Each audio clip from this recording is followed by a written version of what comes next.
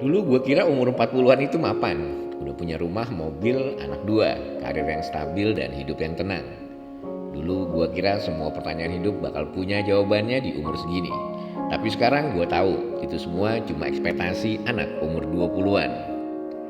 Umur 40-an itu bukan tentang sampai, tapi tentang mulai sadar kalau hidup itu bukan lomba dan semua orang punya waktu tempuhnya sendiri. Lo tahu nggak? Kadang gue masih bingung, kadang takut, kadang ngerasa gagal. Tapi juga mulai ngerti bahwa hidup bukan tentang punya semua jawaban. Umur 40-an itu tentang bisa duduk sambil ngopi dan bilang ke diri sendiri, ternyata gue belum tahu semuanya, tapi gue udah cukup jauh. Umur 40-an itu bukan akhir cerita, tapi bab baru. Dan lo mulai berhenti ngejar validasi dan mulai nyari makna. Dulu gue kira, sekarang gue tahu dan itu cukup buat gue.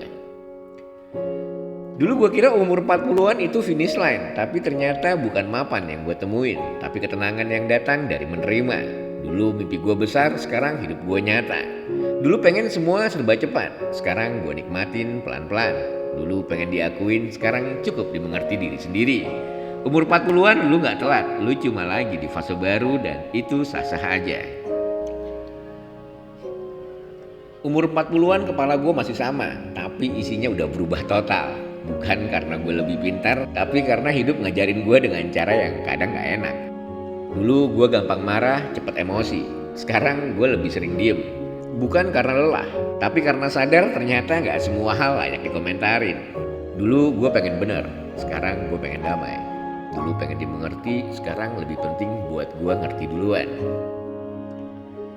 Di umur 40-an gue belajar kalau sabar itu bukan soal nahan marah, tapi kemampuan buat tetap jernih walau chaos di luar.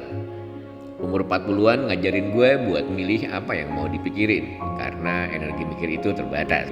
Gue bukan jadi orang yang sempurna, tapi gue jadi lebih tahu batas, lebih ngerti arah, dan mulai bisa bilang ke diri sendiri, lu gak harus ngerti semuanya sekarang, cukup ngerti diri lu hari ini.